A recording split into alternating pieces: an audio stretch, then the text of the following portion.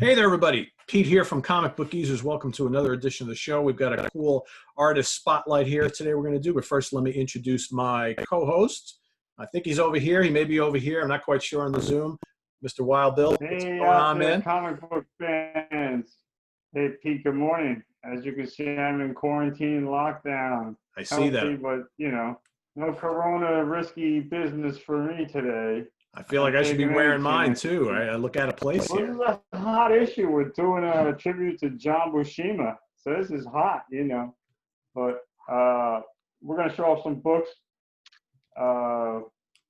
John was with Marvel since the 60s, He's like on the ground floor with a lot of I'd say he was part of the main crew of artists that kicked everything off. Worked on so many different things. Fantastic Four later on after Kirby, right? In fact, he's notable for twice taking over for Kirby. I said he's pretty notable for twice taking over for Kirby, once on Fantastic Four and then on Thor. So that's big shoes to fill, and he did them really good. It's funny you mentioned that because I was going to get into Thor later, but I wanted to start it off with Avengers 61, just to give you an example of some of his cover art. Nice cover there, number 61. This is the oldest in my Avengers collection. Then you got number 66, and this is John Buscema Granger cover. Granger did the inks. There you go. We got cover art, and with Joe Sennett on the inside and out. This is Buscema Sennett. And I just picked this up like last year. This is a sweet cover. As you can see, Bill's having internet issues on his end, so things are a little slow. You wanna show a couple? Yeah, I'll stay on the Avengers thing here. So he worked on, I don't know, roughly 20 issues of the Avengers. So here's number 42. Classic Buscema artwork there. Number 45. This is probably one of my. Yeah, this is one of my favorites too, right here. Here we got Goliath, and then this is a pretty classic cover from him. This is the big wedding issue, okay, between Yellow Jacket and Wasp, which didn't quite turn out so good. And then 61 Bill is already shown. I got that as well. So that's my couple of Avengers here. You want to do a couple more Thor? I got a few more Thor. Yeah, sure. So let's see. So again, he did, I think it was 182 through, or 181 or 182 through like 249 or something like that. So he actually did a really long run on Thor. Here's one with Doc Doom, and I picked ones he did the cover and the inside art. Here, this is a good one with him fighting Odin. Some that 187 you just showed? Yes, indeed. Yeah, because that's a Buscema cover and art, and it would Joe Sennett on the cover, and on the inside it's Marie Severin, also with Joe Sennett on the inks on the inside of 187. Ah, cool. Okay.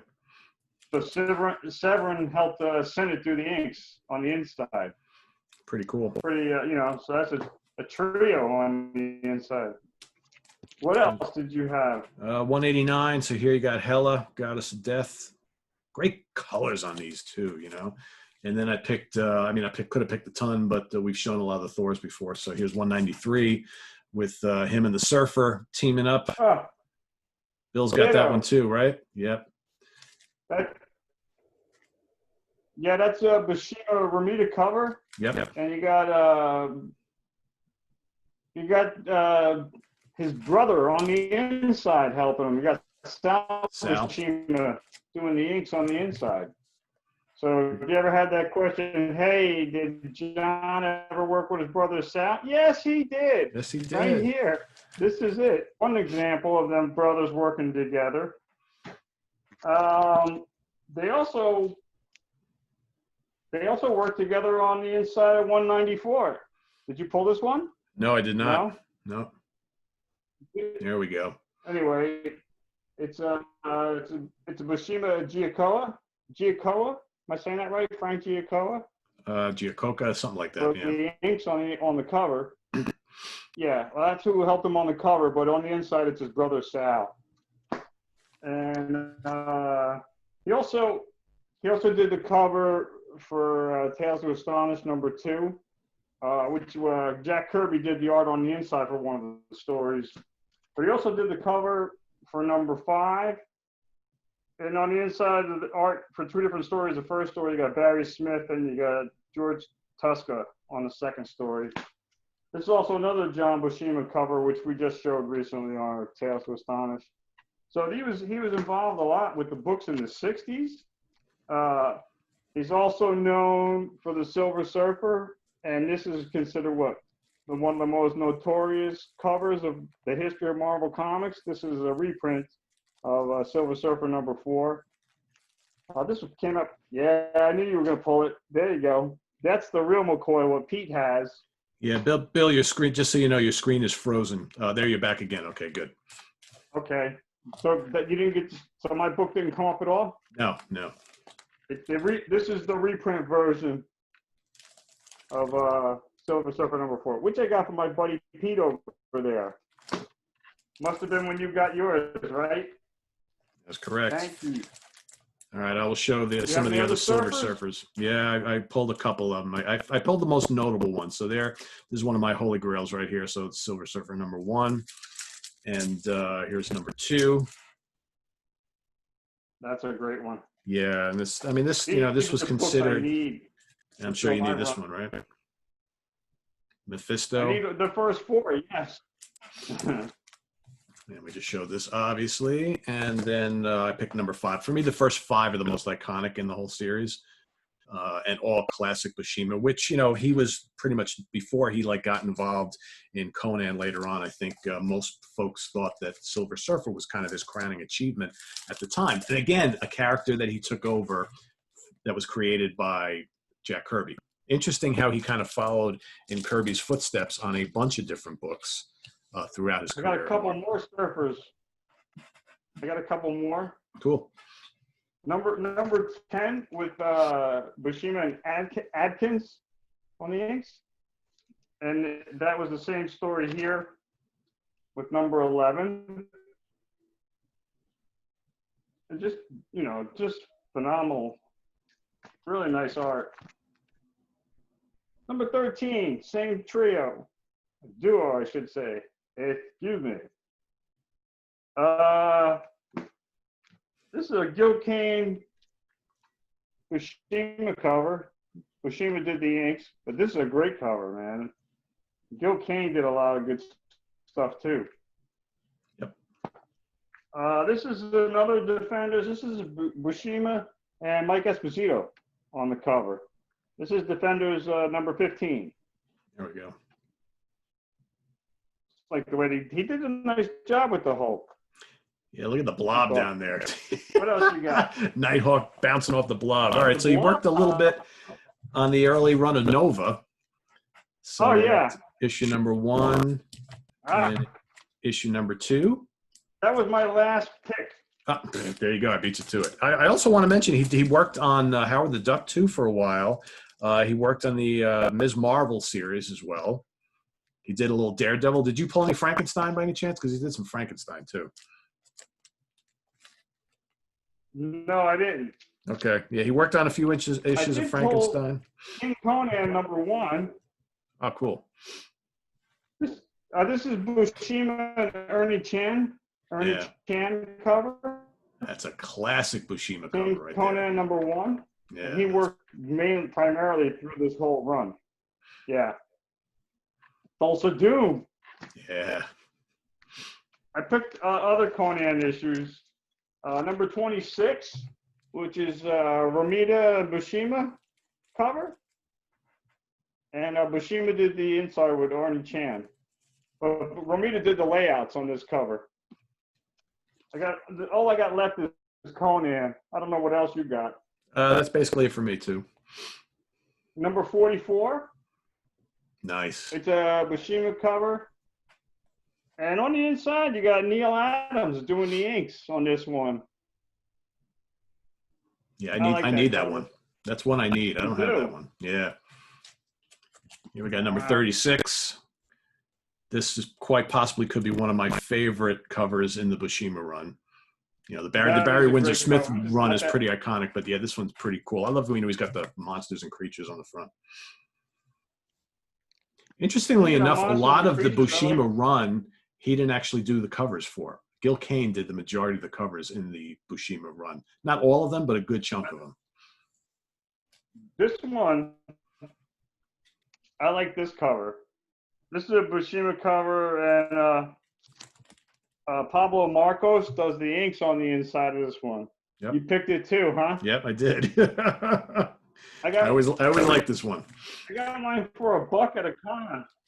Can't The beat first that. year we went to a con, I got it for $1, I think.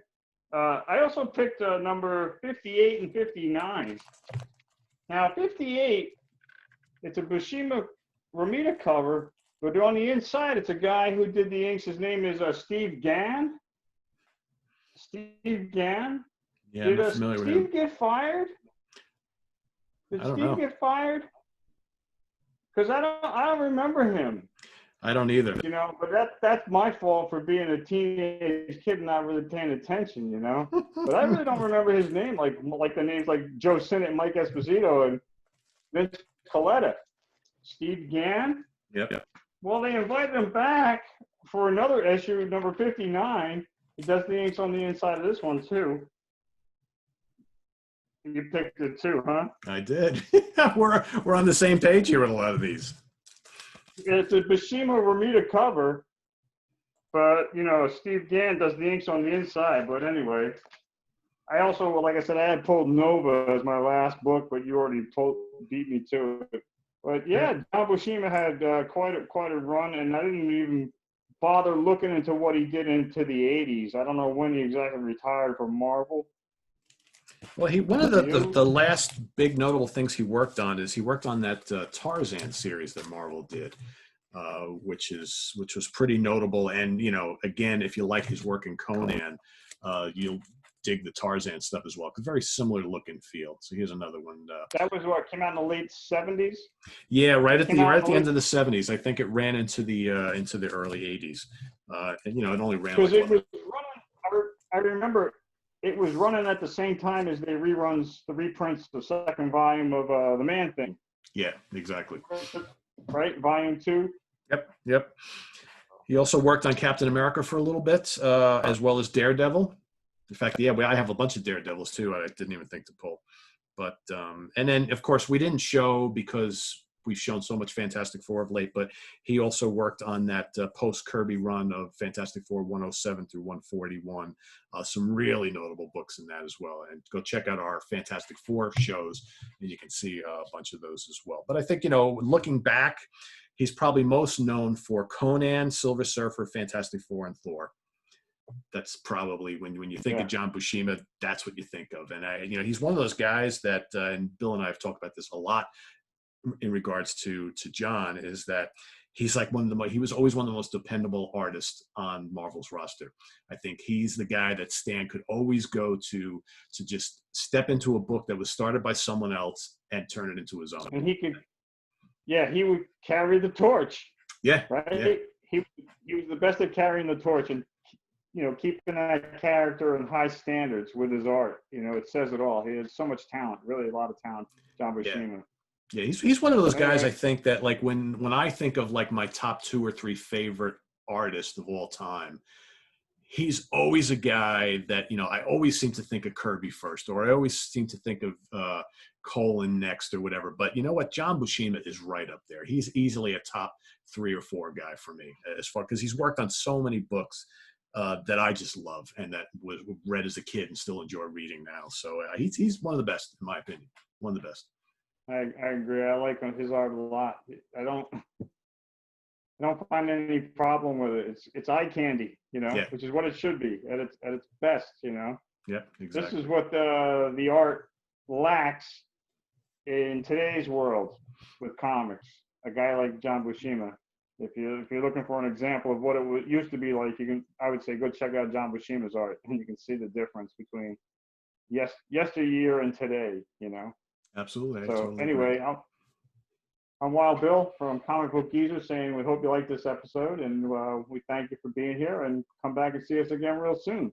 That's right. And I'm Pete. So stay tuned. Our next episode will be favorite covers of Tomb of Dracula.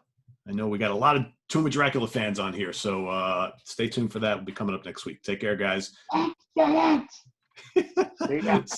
See you soon. Bye-bye.